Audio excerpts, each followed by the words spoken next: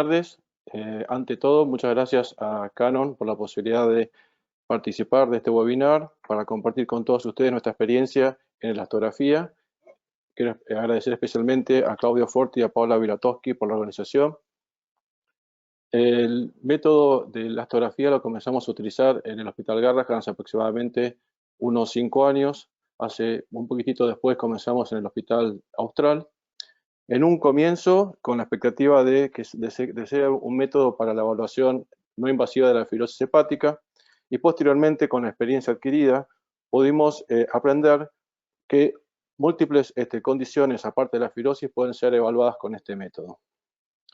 A lo largo del tiempo, surgen una serie de preguntas que son habituales, tanto entre nosotros, así como entre los médicos radiólogos con los que trabajamos, los médicos de otras especialidades, como por ejemplo los hepatólogos o los pediatras, e inclusive de los pacientes. La idea es seleccionar las preguntas más frecuentes, tratar de responderlas durante la presentación y, por último, tratar de graficar todo lo expuesto a través de casos clínicos propios. Las preguntas, entonces, más frecuentes son, primero, ¿qué es la elastografía?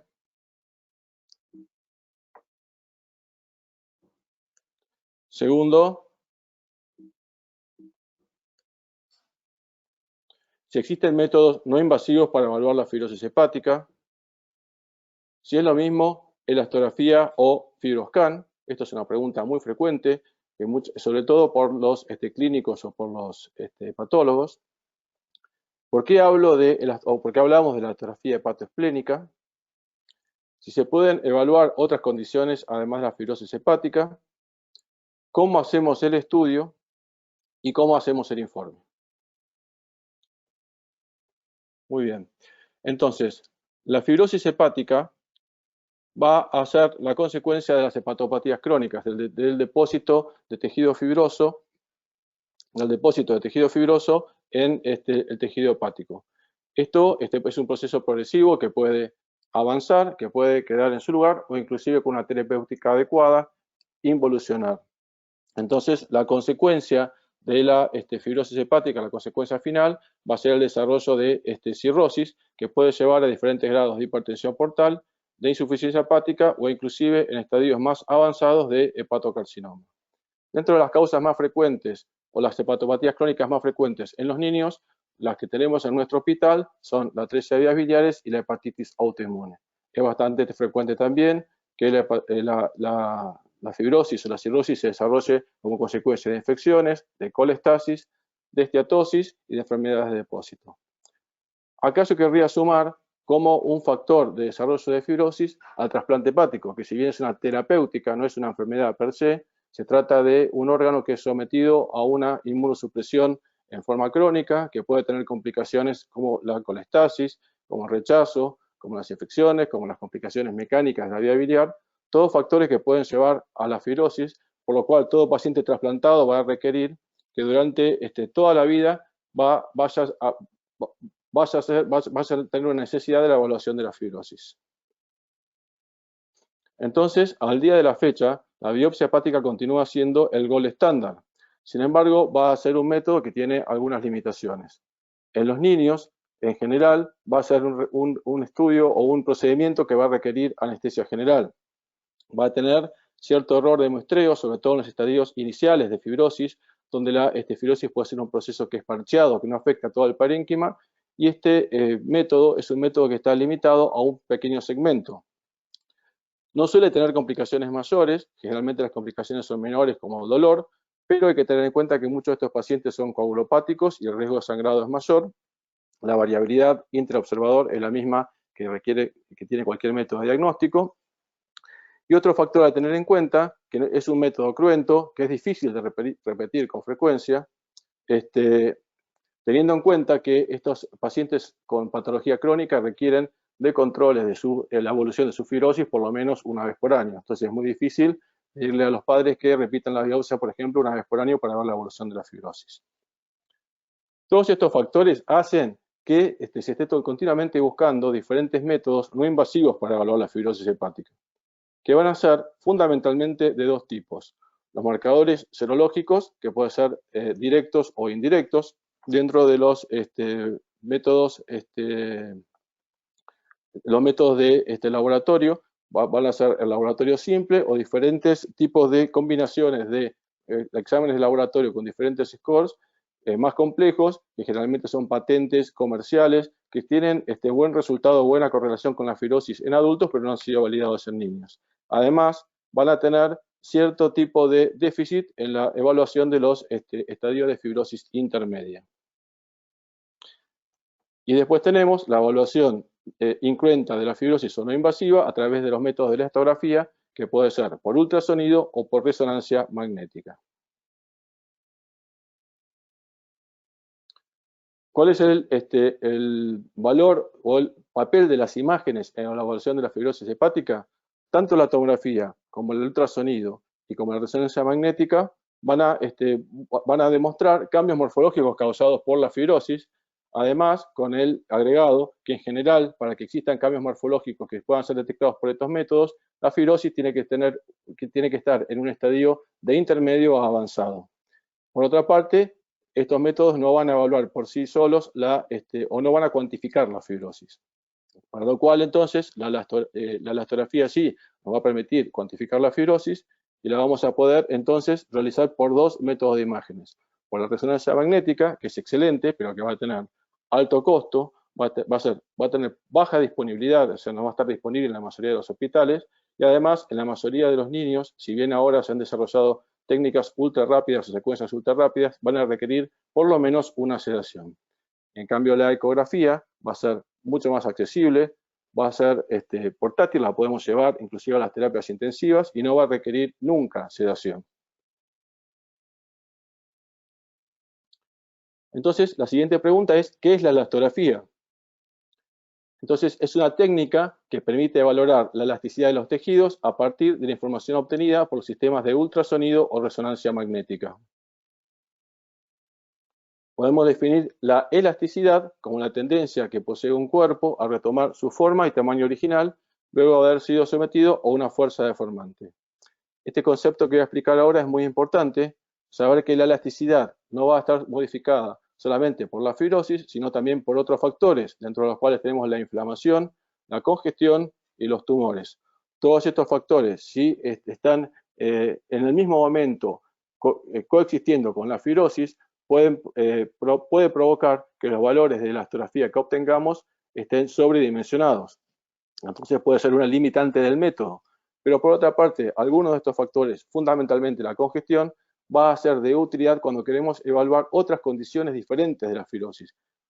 Fundamentalmente la congestión venosa provocada por obstrucción en las complicaciones vasculares, por ejemplo, síndrome de Budd-Chiari o un veno oclusivo en el trasplante hepático, en el trasplante de médula ósea, o cuando existe una obstrucción en algún vaso, por ejemplo, la vena porta en un paciente trasplantado, o por ejemplo, o el aumento de los valores de la elastografía en el vaso como consecuencia de la hipertensión portal. Entonces, ¿por qué hablamos de elastografía hepatoesplénica y no elastografía hepática únicamente? Esto es una manera gráfica de explicarlo. La fibrosis hepática va a provocar cambios morfológicos en el hígado, como podemos ver en este hígado, con una fibrosis avanzada, cirrótico, con disminución del tamaño, con los contornos irregulares, lo cual estos cambios morfológicos pueden ser muy bien evaluados con el modo B. A su vez, la fibrosis hepática va a desencadenar cambios hemodinámicos, que van a ser muy bien evaluados con el Doppler, como por ejemplo en este caso la inversión del flujo de la porta. Va a provocar también alteraciones en la rigidez del hígado, que se evalúan con la elastografía. A su vez, la fibrosis hepática lleva a una hipertensión portal. La hipertensión portal lleva a mayor fibrosis hepática y la hipertensión portal va a provocar cambios morfológicos a nivel del vaso, fundamentalmente un aumento de tamaño, que se evalúa con el modo B, otros cambios morfológicos como el desarrollo de varices, como estas varices perivesiculares, estas varices esclerorenales, que se van a evaluar muy bien con el Doppler y también con el modo B, y a su vez, fundamentalmente por congestión y también fibrosis del parénquima esplénico, un aumento de los valores de la elastografía esplénica. En consecuencia, tenemos que una cosa está correlacionada con la otra, por lo cual en nuestro servicio, a todos los pacientes que vienen por una hepatopatía crónica o por alguna enfermedad asociada que puede tener cierto grado de fibrosis, realizamos lo que se denomina en la actualidad ecografía multiparamétrica. Es decir, todo paciente va a llegar al servicio y va a ser evaluado con ecografía modo B, con Doppler, con elastografía hepática y con elastografía esplénica.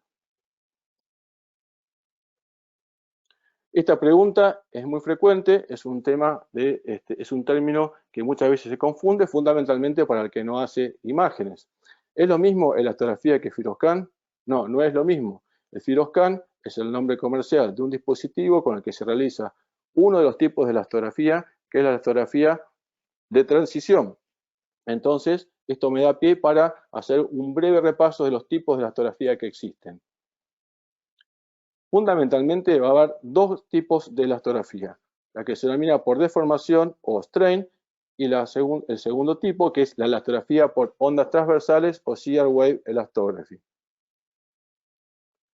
La elastografía por deformación consiste en la compresión sistemática de un parénquima, compresión y descompresión sistemática de un parénquima, lo cual va a originar una deformación del mismo que se va a traducir en un elastograma de color, en donde vamos a comparar en ese elastograma el grado de deformación que sufre el parénquima normal con respecto a una estructura más rígida, como por ejemplo en este caso un nódulo de mama, que se va entonces a graficar en un elastograma de color, en donde habitualmente lo más rígido va a estar en la gama del azul y lo más blando en la gama del rojo, al revés de los elastogramas que vamos a ver en la elastografía bidimensional. Es un método que no es cuantitativo, es decir, no nos va a dar una medida del grado de fibrosis, sino que nos va a decir que una parte del parénquima patológico es más rígido que el parénquima normal. Entonces, se nos denomina también elastografía cualitativa o semi-cuantitativa cuando lo que expresamos es un porcentaje de rigidez con respecto a la rigidez del parénquima normal. Pasamos al segundo grupo, que es la elastografía por ondas transversales o shear wave. A su vez, vamos a tener acá dos tipos.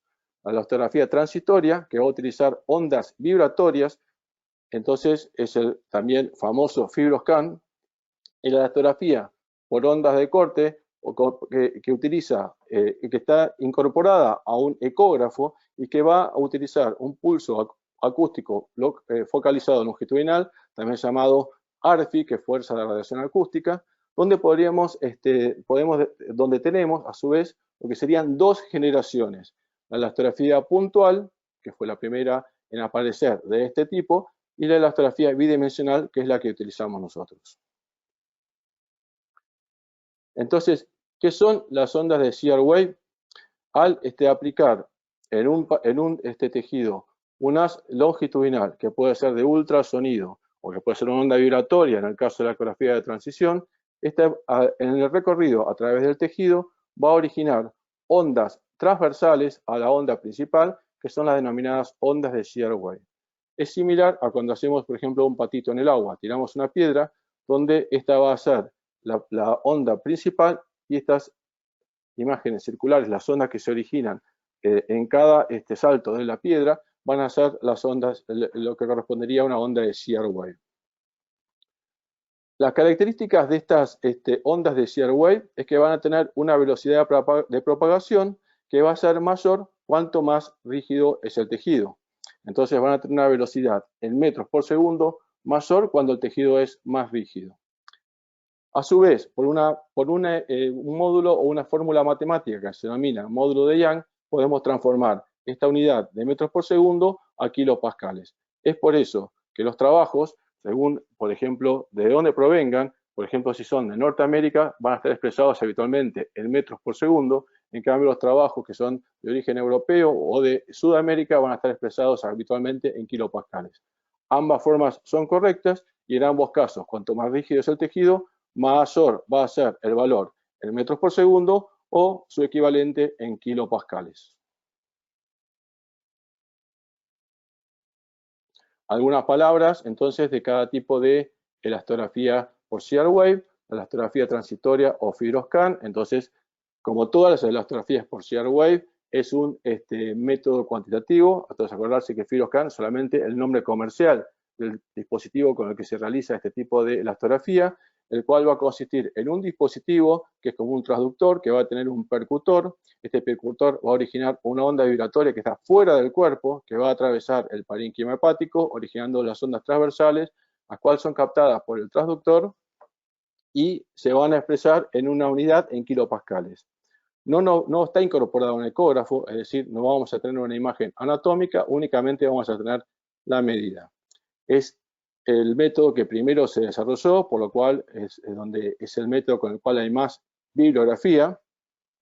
Sin embargo, va a tener algunas limitaciones, fundamentalmente los movimientos del paciente. Al ser una onda que se origina desde el exterior del cuerpo, va a estar limitada por la ascitis y la obesidad. Y en los pacientes pediátricos, donde muchos de nuestros pacientes son pacientes con trasplante hepático, lo que se denomina split, es decir, con lóbulo izquierdo, no vamos a poder obtener medidas con este método del lóbulo izquierdo del hígado, sino solamente del lóbulo derecho, por lo cual no vamos a poder tener medidas adecuadas en estos pacientes. La elastografía puntual, entonces esta sí es como si fuera la primera generación de la elastografía por ultrasonido que está incorporada a un ecógrafo, es decir, que podemos realizar la ecografía en modo B, el Doppler y también la elastografía. Y va a consistir entonces en un haz acústico longitudinal que va a originar una onda de shear wave, la cual va a ser medida a través de un pequeño ROI de 1 centímetro por 0,5 en tiempo real. Esto es muy importante, no es con la imagen congelada, sino en tiempo real, midiendo entonces una onda de shear wave en cada impulso. Por lo cual necesitamos entonces que el paciente retenga bastante la respiración. Nosotros tuvimos en nuestro hospital una primera experiencia con este tipo de tecnología, la cual nos costaba muchísimo obtener medidas adecuadas. Nos poníamos en el mismo lugar del hígado y obteníamos valores muy disímiles, por lo cual lo dejamos de utilizar. Y además, otra de las limitaciones que tiene, que está disponible solamente para los transductores convexos, y en pacientes pediátricos, en muchas ocasiones, sobre todo en los lactantes, vamos a utilizar el transductor lineal para obtener mediciones en el hígado, y en muchos pacientes, tanto lactantes como pacientes más grandes, en un vaso normal sin esplenomegalia, obtenemos mejores mediciones también con el transductor lineal, que no está disponible en este tipo de tecnología.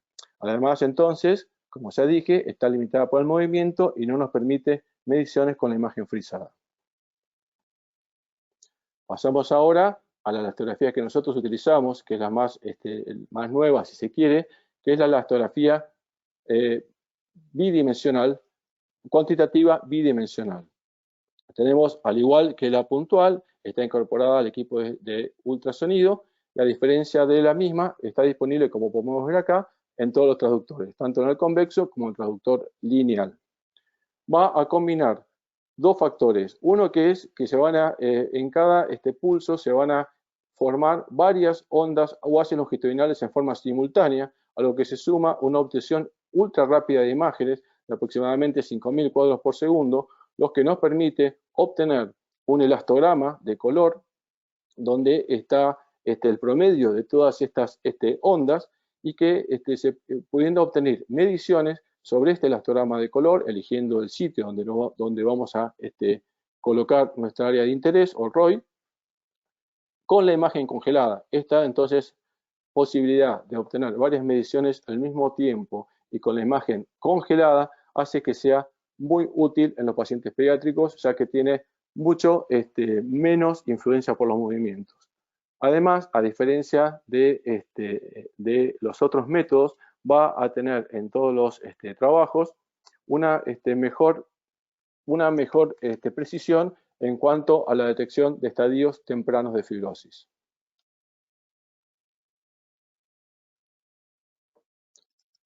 Bueno, vamos a pasar a la técnica, cómo realizamos el estudio. Entonces, habitualmente nos guiamos por los consensos o las recomendaciones de diferentes grupos de radiólogos especialistas en elastografía. El más importante o el más conocido es el doctor Barr y la doctora Ferraioli, son médicos que habitualmente trabajan con pacientes adultos, sacan entonces actualizaciones en cuanto a la forma de trabajar o consensos cada tantos años. Este que estamos viendo acá es de ahora, de 2020. Es muy parecido al del 2017 con algunas modificaciones. Se va a recomendar un ayuno de por lo menos 4 horas. En niños, a veces, cuando es lactantes, nosotros el ayuno lo hacemos entre 2 y 4 horas, dependiendo de la edad del paciente. Usamos el mismo ayuno que indicamos para cualquier tipo de ecografía. En caso de ser posible, vamos a ver como este paciente que está acá, que esté en decúbito dorsal y con el brazo extendido. Vamos a colocar el transductor en el espacio intercostal perpendicular a la superficie del hígado. Como ya mencioné previamente, un gran número de nuestros pacientes corresponde a niños con trasplante hepático de tipo split, es decir, que tienen solamente el lóbulo izquierdo, por lo cual vamos a hacer mediciones a través del apéndice cifoides, tratando de interponer siempre una superficie ósea cartilaginosa para impedir sobrevaloraciones de los valores de la elastografía por la compresión. A veces es posible y a veces no es posible interponer, entonces tenemos que tener mucho cuidado de no comprimir, apoyar muy suavemente el transductor. La respiración, en el caso de que sea un paciente más grande, colaborador, le decimos que no mueva el abdomen, que tengan entonces una respiración sostenida. Y en todos los casos, como ya mencioné previamente, realizamos lo que se denomina ecografía multiparamétrica. Las mediciones se deben realizar entre 15 a 20 milímetros debajo de la cápsula y hasta 5 o 6 centímetros. Entonces, acá como les muestro en esta imagen, la cápsula es una estructura fibrosa. Si yo coloco el área de interés acá, nos va a dar valores altos, falsamente altos, que corresponden en realidad a la cápsula fibrosa. Por lo cual, entonces, el área de interés, que tiene que ser entre 10 y 15 milímetros, va a estar colocada entre 2 y 4 centímetros por debajo de la cápsula. Si coloco el área de interés muy abajo, el haz longitudinal va perdiendo velocidad y las ondas de shear wave también van perdiendo velocidad y van a ser ondas con mayor grado de distorsión. El equipo que utilizamos, que es el Aplio, va a tener lo que se denomina un mapa de propagación. Este mapa nos va a permitir guiar, en otros equipos se llama mapa de confianza, y nos va a indicar cuál es el sitio donde podemos obtener mejores mediciones, es decir, donde las ondas van a tener menor distorsión, que generalmente corresponde en este grupo de líneas que podemos ver acá, a donde las líneas tienen un recorrido más paralelo. Entonces, la medición la vamos a realizar a ese nivel. Se puede hacer varias mediciones en un mismo box, pero lo recomendable es realizar una por cada box. Lo que se toma, la recomendación actual hasta el 2017 para la elastografía bidimensional, decía que por lo menos tenían que ser 3 mediciones, ahora se recomienda 5 mediciones. Se debe formar la media, el valor medio, que depende de la costumbre de cada lugar, se puede expresar en milisegundos o kilopascales, y el radio del intercuartilo, que es una ecuación matemática, entonces, que va a correlacionar todas las medidas que tenemos sobre la media, tiene que ser menor o igual a 30 en el caso de que nos expresemos en kilopascales, o menor o igual a 15 cuando la medida la expresamos en metros por segundo. Algunos artefactos frecuentes, este es el más frecuente de todos, que es el de la cápsula. Fíjense los valores acá, si tomáramos un valor acá, sería altísimo, mucho más alto que el parénquima normal que tenemos acá. Los grandes vasos, el mismo equipo, el mismo evita tomar con color la zona de los grandes vasos.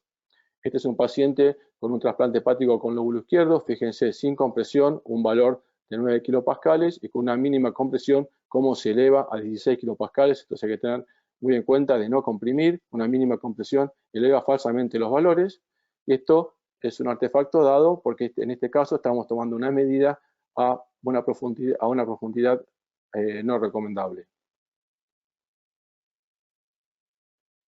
Esto es muy importante, los factores cofundidores, que está relacionado con lo que dijimos previamente, que la elasticidad de un tejido no está solamente aumentada o modificada por la fibrosis, sino que hay otros factores, como la infiltración, por ejemplo, la infiltración tumoral, los procesos inflamatorios, como el edema y la colestasis, el ayuno, cuando no hay ayuno, sobre todo en un paciente adulto, hay una redistribución del flujo hacia el hígado, así que el hígado esté más congestivo.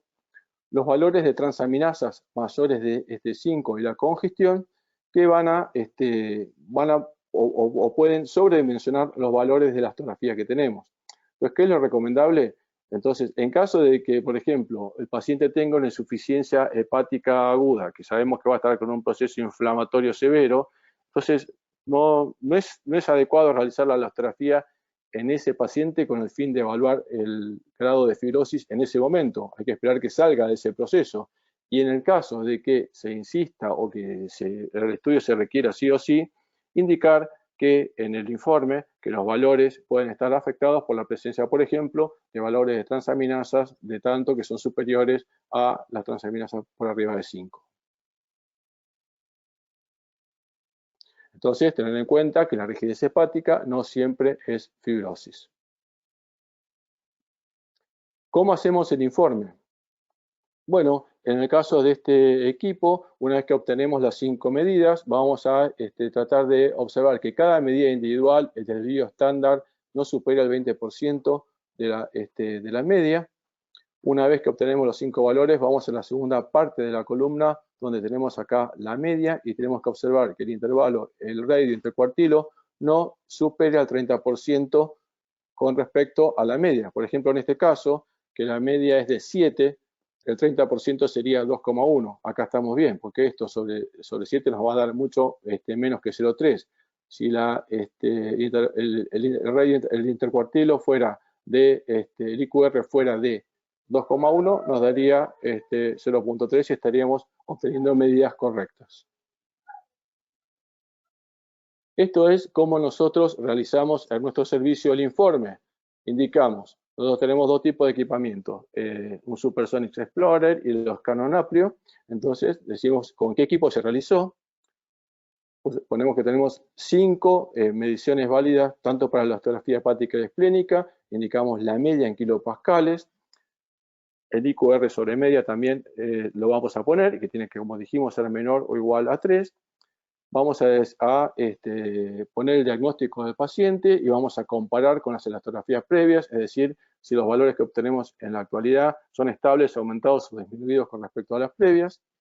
Y vamos a correlacionar los valores con alguna escala anatomopatológica. En nuestro caso, tenemos valores propios de un trabajo que publicamos este año de correlación entre la elastografía bidimensional con la escala de Nodel-Ishak, que es de la que voy a hablar posteriormente. Entonces, el médico que recibe el informe recibe un valor de la elastografía y lo puede correlacionar con esta escala de fibrosis y, por supuesto, de acuerdo a la escala de que uno ponga en el informe, tiene que poner abajo la referencia bibliográfica. ¿Cuáles son las aplicaciones clínicas principales, tanto de la elastografía hepática como de la elastografía esplénica? En la elastografía hepática, entonces, la principal va a ser, como ya dijimos, la evaluación no invasiva de la fibrosis. ¿Qué nos va a permitir esto? Evitar completamente las biopsias en algunos casos, o disminuir el número de las biopsias, o a veces indicar una biopsia. Les pongo un ejemplo típico del hospital: los pacientes con esclerodermia que se tratan con metotrexate. Es una droga que tiene el potencial de provocar fibrosis hepática. Antes de existir estos métodos, tenía que hacerse una biopsia cada tanto. En la actualidad, si el paciente tiene valores de elastografía normal, no se realiza nunca una biopsia. Y si los valores de la elastografía comienzan a picar o a aumentar, en ese caso se indicaría la biopsia, al revés de lo que uno pensaría. Entonces, se van a evitar, se van a disminuir, o en ocasiones vamos a indicar una biopsia. En algunos casos, la elastografía hepática nos va a servir para, ante un cuadro clínico similar, caracterizar una patología. El ejemplo típico es la colestasis neonatal. La colestasis neonatal, el diagnóstico que a uno le preocupa es que no sea una atresia de vías biliares, que va a requerir una resolución quirúrgica inicial y habitualmente el paciente va a terminar en un trasplante hepático con el correr de 2 años o rápidamente, depende del grado de fibrosis que tenga. Entonces, muchas veces esos pacientes tienen un cuadro clínico similar de ictericia y acolia, y los síntomas ecográficos, el modo B o el Doppler, no son concluyentes para una u otra patología. Después les voy a mostrar algún ejemplo. Y en estos casos, la elastografía tenía un papel muy importante, ya que nos permitiría diferenciar la atresia de vías biliares de otras causas de colestasis neonatal. También la utilizamos no desde el punto de vista de la evaluación de la fibrosis, sino a través de otros de los factores que alteran los valores de la elastografía, como es la congestión venosa, para detectar complicaciones vasculares venosas, por ejemplo, post-trasplante hepático y post-trasplante de médula ósea, lo que se denomina síndrome de Budd-Chiari o síndrome de obstrucción sinusoidal o veno-oclusivo. El valor de la elastografía hepática en las lesiones focales y en los tumores está discutido. La elastografía esplénica, que como ya expliqué previamente, nosotros la realizamos en forma conjunta con la elastografía hepática, va a servir para el diagnóstico y seguimiento de los pacientes con hipertensión portal. En adultos está descrito la predicción de varices esofágicas y el riesgo de sangrado según los valores de elastografía esplénica. También va a ser muy útil en el monitoreo de derivaciones portosistémicas intrahepáticas transyugular, lo que se denomina TIPS, que es cuando hay un grado importante de hipertensión portal, se coloca un dispositivo a través de la vena yugular, se realiza una conexión entre la suprahepática y la vena porta intrahepática con la colocación de un stent, como para disminuir la hipertensión portal, y de otros shunts quirúrgicos, por ejemplo, derivaciones de REX, esplenorenales, etc.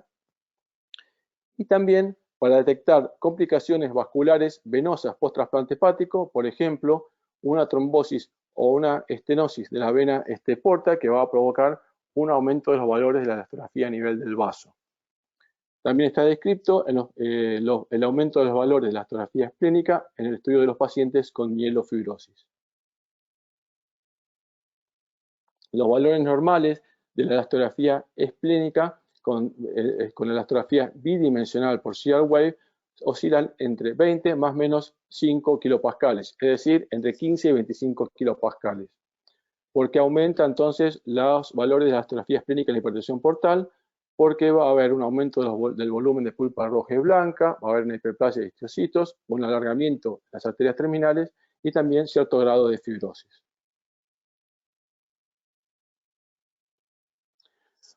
Bueno, voy a hablar un poquito de una de las principales indicaciones de la elastografía hepática, que es la evaluación no invasiva de la fibrosis hepática y de nuestra experiencia en el hospital.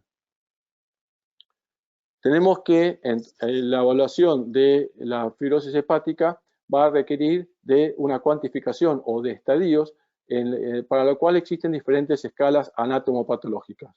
La más conocida es el score de Metavir, que va a tener 5 estadios entre el normal y la cirrosis, pero que es una escala que se utiliza o que se ha desarrollado fundamentalmente para adultos con hepatitis C. En niños es más adecuada el sistema de puntuación de Nodel-Ishak, que va a tener 7 estadios y que va a tener un estadio intermedio entre el F0 y el F1 de Metavir, que es el estadio 1 de Nodel-Ishak, y un estadio 5, que es intermedio entre el 3 y el 4 de Metavir, que se refieren a una fibrosis inicial, por lo cual es importante establecer este estadio, ya que muchos de estos pacientes, por ejemplo, una hepatitis autoinmune, cuando se hace una terapéutica adecuada, puede involucionar la enfermedad o mantenerse en ese estadio sin avanzar. Y el estadio 5, que es antes que se desarrolle la cirrosis, también es importante establecerlo debido a que muchas veces nos permite, por ejemplo, un niño muy pequeño con una terapéutica adecuada se mantiene en estadio 5, nos permite ganar tiempo y años para que si requiere, por ejemplo, una intervención como un trasplante hepático, sea más fácil cuando el paciente es más grande que cuando es un bebé. La correlación o los trabajos que correlacionan elastografía con las biopsias hepáticas en niños hay bastantes trabajos, pero mucho menos cantidad con respecto a los trabajos de adultos. Los que correlacionan elastografía hepática con la escala de Nodel-Ishak, tenemos uno con elastografía de transición, que es más viejo, y uno con elastografía puntual. Los publicados, los trabajos que había publicados hasta la fecha con elastografía bidimensional, utilizaban la escala histopatológica de Metavir, que como ya dijimos, no es la más adecuada para pediatría. Entonces, con estos datos surgió una inquietud entre nosotros y pensamos en que sería, debido a las características de nuestro hospital, la gran cantidad de pacientes, sería bueno realizar un trabajo que correlacionara los valores de elastografía bidimensional con la escala de Knoll-Ishak, con el fin entonces de obtener valores de referencia para estos estadios 1 y 5 que no estaban aún establecidos.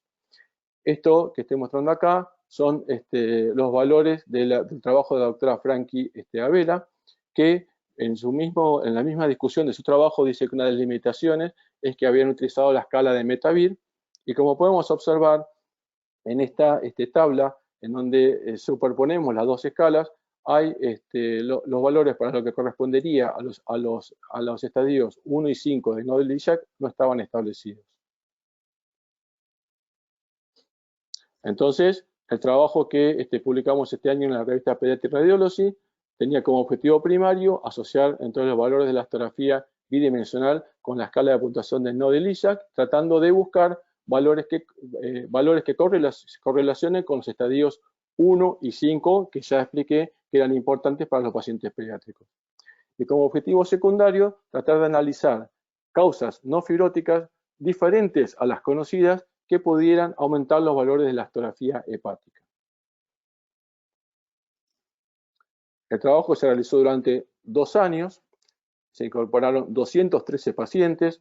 Las indicaciones de biopsia hepática, la más frecuente fue el trasplante hepático, por diferentes causas, por rechazo, por control o por colangitis. La segunda causa, la 13 de vías biliares, y la tercera, la hepatitis autoinmune, aunque tuvimos pacientes con una gran gama o gran cantidad de diferentes tipos de patología. Dentro de los resultados más importantes, pudimos establecer o pudimos diferenciar con altos valores de sensibilidad y especificidad y una buena correlación con área bajo la curva de 0,91 para diferenciar la fibrosis leve, considerando la fibrosis leve la que es menor o igual a estadio 2, de moderada o severa, que es mayor o igual a 3, así como para diferenciar la fibrosis moderada, considerada esa mayor o igual a 3, y severa, mayor o igual a 5. Entonces, con áreas bajo la curva de 0,95 y con altos niveles de sensibilidad y especificidad. Otro dato importante de nuestro trabajo es que, a diferencia de otros, todos los pacientes que se encuentran en estadio 0 no fueron obtenidos en pacientes control por otra patología como en otros trabajos, sino que fueron pacientes que se realizó la biopsia por causas diferentes al establecimiento o la evaluación de la fibrosis, como por ejemplo enfermedad de injerto contra huésped, trasplante de médula ósea, donde además se les realiza la medición o la puntuación de la fibrosis en la biopsia, por lo cual son pacientes que realmente no tenían fibrosis en la histología. Y como podemos ver acá, estos vacíos que se observaban en la tabla de correlación entre escala de Ishak y Metavir para estadios F1 y F5 nos dieron valores de referencia valores de referencia para estos estadios. Como podemos observar, también los estadios intermedios de fibrosis intermedia, hay una superposición de valores que es habitual en todos los trabajos y que nosotros pensábamos como una limitación del trabajo que podía deberse al bajo número de pacientes que estaríamos para estadio 4. Bueno, ahora voy a pasar a la última parte de la presentación, que es mostrar algunos casos clínicos tratando de demostrar en forma práctica todo lo que estuve charlando durante estos minutos. Acá voy a mostrar un caso de la utilidad de la elastografía para la caracterización de patologías. Ya adelanté algo durante la presentación. Fíjense, este caso es un niño de 3 meses que presenta colestasis, que presenta acolia e ictericia, que presenta una ecografía que es sugestiva pero no concluyente de atresia vías biliares por la presencia de quistes ciliares y signo del cordón. La vesícula estaba presente, lo que hacía dudar, aunque esté pequeña, y los valores de la elastografía están muy elevados. Fíjense acá, como es un lactante, como utilizamos el traductor lineal, con valores de elastografía, habíamos dicho que los valores normales son por abajo de 7 kilopascales, acá un valor de 20 kilopascales. En la anatomía patológica y la cirugía confirmó el diagnóstico de atresia vías biliares. Este paciente con una clínica similar a la anterior, de 2 meses, también con una vesícula biliar pequeña, con un hígado un poco más osteohomogéneo, con un Doppler normal, los valores de la elastografía hepática y esplénica fueron normales. Este paciente es un típico caso de una hepatitis neonatal transitoria que evoluciona en forma espontánea.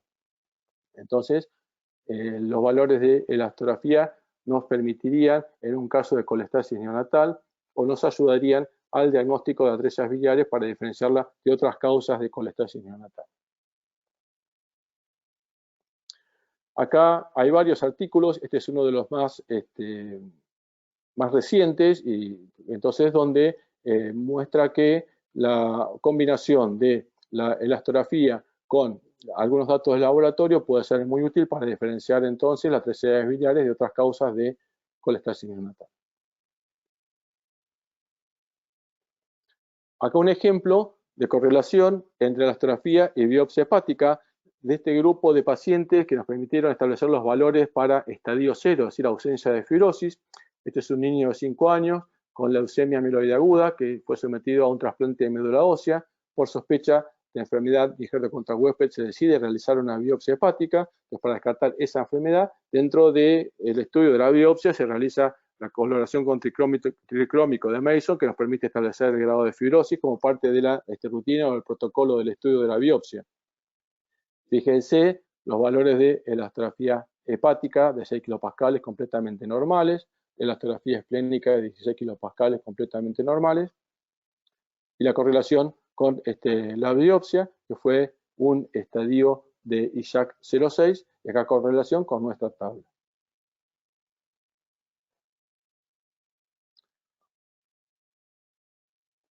Otro ejemplo de correlación de elastografía con biopsia hepática. Este ejemplo es muy interesante.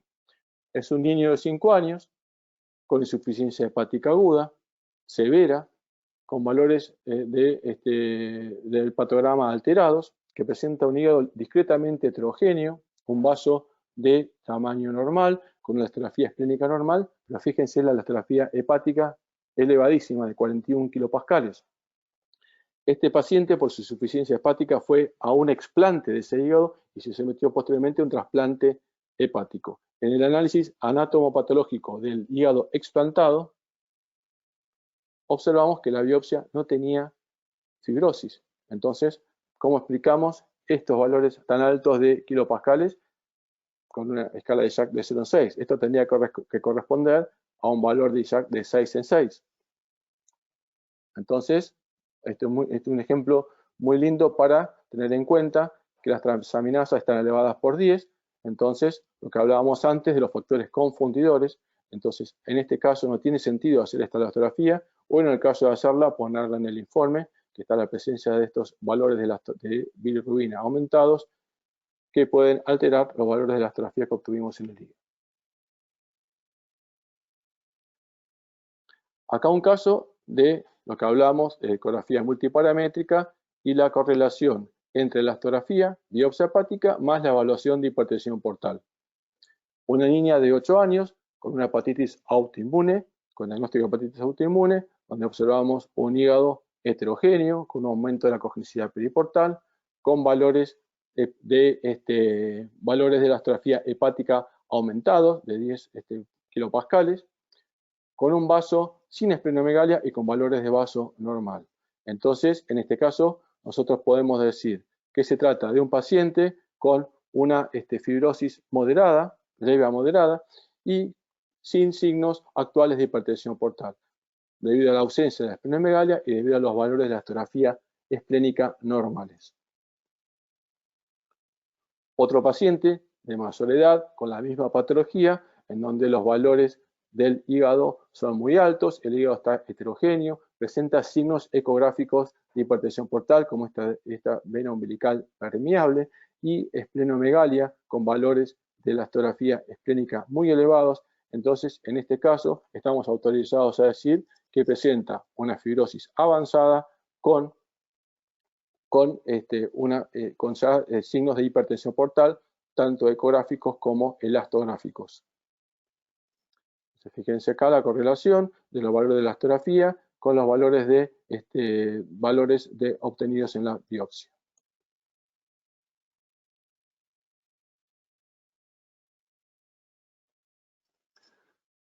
Algunos ejemplos de la correlación o la utilización de la elastografía a través del mecanismo que decíamos de la congestión esplénica en el monitoreo de los shunts quirúrgicos. Este es un paciente que presentaba un cavernoma de la porta. Una de las terapéuticas del cavernoma de la hipertensión portal va a ser entonces los shunts quirúrgicos de derivación para la disminución de la hipertensión portal. En el caso particular del cavernoma de la porta, siempre y cuando la rama izquierda de la porta se encuentre permeable, se puede realizar un tipo especial de shunt que se denomina derivación de Rex o mesorex, que tiene la característica que, a diferencia de otros shunts quirúrgicos, parte del flujo va a pasar por el hígado, lo que hace que al pasar por el hígado, los metabolitos sean metabolizados adecuadamente y que tengan menos posibilidades de desarrollar encefalopatía. Bueno, este paciente ya tenía el shunt mesorex, lo veníamos controlando, y en uno de los controles observábamos un área que no tomaba bien, no tenía flujo al examen Doppler color, por lo cual se le realizó una tomografía que también era dudosa. Sin embargo, los valores de la elastografía esplénica estaban muy aumentados. Finalmente, se decidió, como el paciente continuaba con una mala evolución, realizar otro tipo de shunt quirúrgico, que en este caso fue entre la vena esplénica y la vena exterrenal. Acá podemos ver la permeabilidad de este shunt y cómo con el paso del tiempo los valores de la elastografía hepática disminuyeron y cómo disminuyó también el tamaño del vaso. Entonces, en este caso, en la primera parte podemos observar el mal funcionamiento del shunt, cómo eleva los valores de la elastografía hepática, y en el segundo caso, en la segunda parte, cuando cambian el shunt, el buen funcionamiento de ese shunt, cómo disminuyen los valores de elastografía esplénica.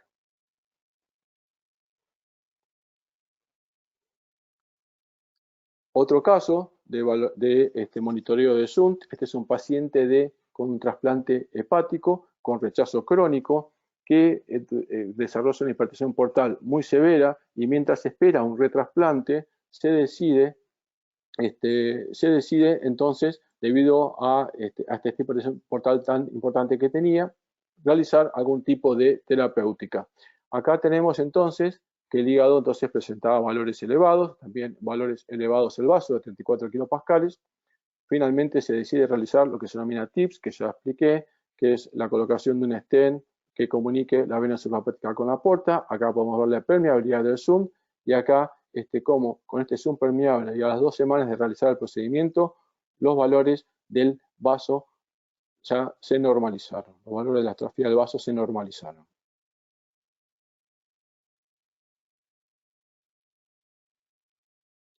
Algunos ejemplos de la detección de complicaciones vasculares por elastografía post-trasplante hepático y por trasplante de médula ósea. Este es un caso de una niña de 7 meses que presentaba una atresia de vías biliares con este hígado cirrótico, con el aumento del índice de resistencia a la arteria hepática, por lo cual requirió un trasplante hepático. Los valores del vaso pre-trasplante eran altísimos, de 73 kilopascales. A las 48 horas post-trasplante comenzaron a disminuir. En los controles posteriores observamos una disminución progresiva de los valores del vaso hasta la normalización, pero a los 4 meses post-trasplante el vaso comienza a aumentar de nuevo. Entonces, realizando una evaluación más exhaustiva del resto del abdomen, podemos observar una estenosis de la vena porta con una inversión del flujo portal, la cual se pudo corroborar con una tomografía. Entonces, en este caso, la alerta para buscar mejor esta estenosis estuvo dada por la elastografía esplénica que comenzó a aumentar. Entonces, esto nos muestra que no solamente es importante la utilización de la elastografía hepatoesplénica, sino la correlación con los valores anteriores, es decir, tratar de siempre contar con los valores previos para poder comparar. En este paciente se decidió entonces, luego de detectar esta estenosis, colocar un stent. Acá vemos el stent en la vena porta y posteriormente en los controles cómo volvió a normalizar los valores de la elastografía esplénica.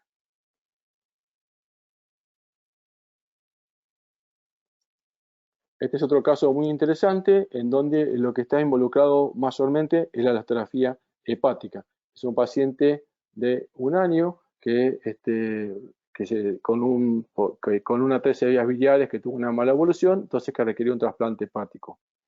Al mes posoperatorio del trasplante comienza con un aumento progresivo de los valores de laboratorio de las transaminasas, con ascitis, pero con el Doppler, nosotros por lo menos en la primera evaluación, con todo el Doppler normal. Observamos entonces a los 2 días cómo la elastografía tiene un valor de 10, va aumentando a 12, a 18 kilopascales a los 35 días, por lo cual, debido al deterioro progresivo de la función y las alteraciones del laboratorio, y debido a que no observábamos ninguna otra alteración en la ecografía, se decide realizar una angiotomografía, donde se detecta una estenosis a nivel de la suprahepática proximal y donde se detecta también una disminución del calibre de la vena cava inferior. Entonces, estábamos en presencia de un síndrome de Budd-Chiari, de un síndrome oclusivo, que era lo que estaba provocando este factor y era lo que estaba provocando este aumento progresivo de la congestión hepática con los aumentos progresivos de los valores de la elastografía a nivel del parénquima hepático. Ya con el diario del lunes, lo volvemos a evaluar al paciente, podemos observar un área de turbulencia en la vena suprahepática proximal y la disminución del calibre de la porta que no habíamos detectado previamente en las ecografías previas a la tomografía. Esto es algo muy interesante que estamos comenzando a trabajar en el hospital, no tenemos mucha experiencia, pero les quiero compartir este paciente.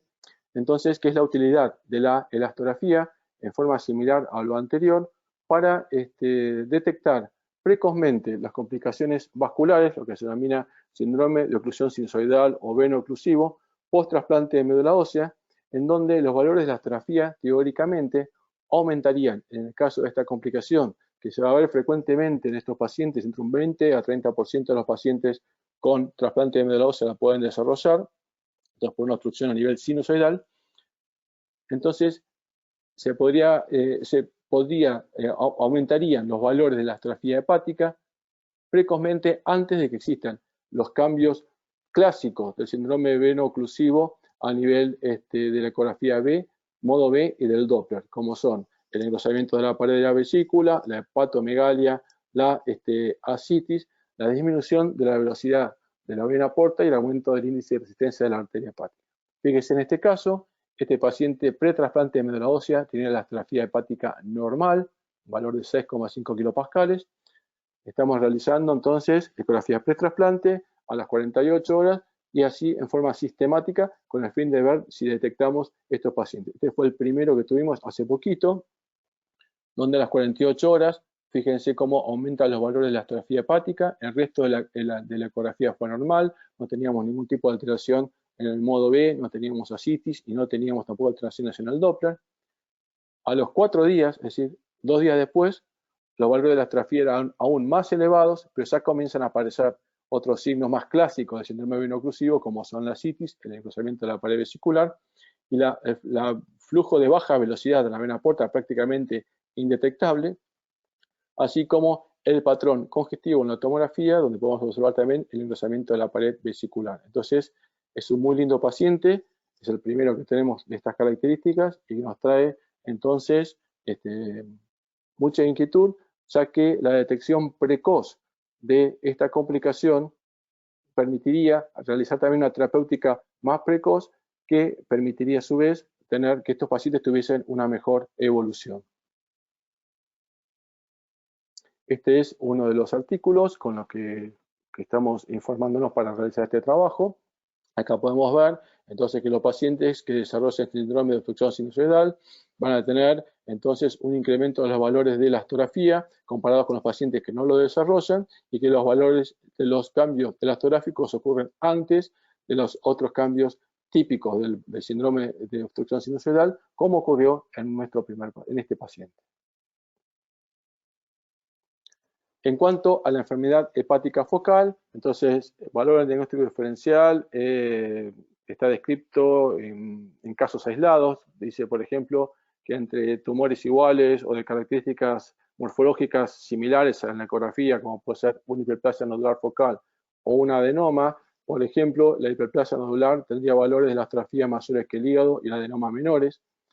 Y también está descrito algunos trabajos en cuanto a la utilidad en la evaluación del parénquima no tumoral subyacente al tumor, luego de realizar, por ejemplo, una tumorectomía, donde el parénquima subyacente, en caso de estar infiltrado, tendría valores altos. Sin embargo, no hay evidencia suficiente, pero les voy a mostrar un caso de un paciente que nosotros tuvimos, donde como hallazgo en una ecografía portal abdominal encontramos esta formación nodular ecogénica con flujo radiado de tipo arterial y centrípeto, bastante característico de hiperplasia nodular focal, donde la elastografía del parénquima hepática era normal y la elastografía justo en ese lugar era muy elevada, y posteriormente con la resonancia y la tomografía se pudo corroborar que este paciente tenía una hiperplasia nodular focal. Entonces, como conclusiones, tenemos que la elastografía hepatosplénica es un método seguro y reproducible con los equipos actuales. Nos permite la detección de estadios tempranos de fibrosis hepática. Nos permite monitorear la progresión de la enfermedad y la respuesta al tratamiento. Nos permite evaluar y ser un parámetro de seguimiento en la hipertensión portal. Nos permite detectar en forma precoz complicaciones vasculares en trasplante hepático y trasplante de médula ósea, y también el monitoreo de shunts quirúrgicos en hipertensión portal. Bueno, espero haber respondido las preguntas que me hice al principio de la presentación y que haya sido de utilidad. Les agradezco mucho por su atención.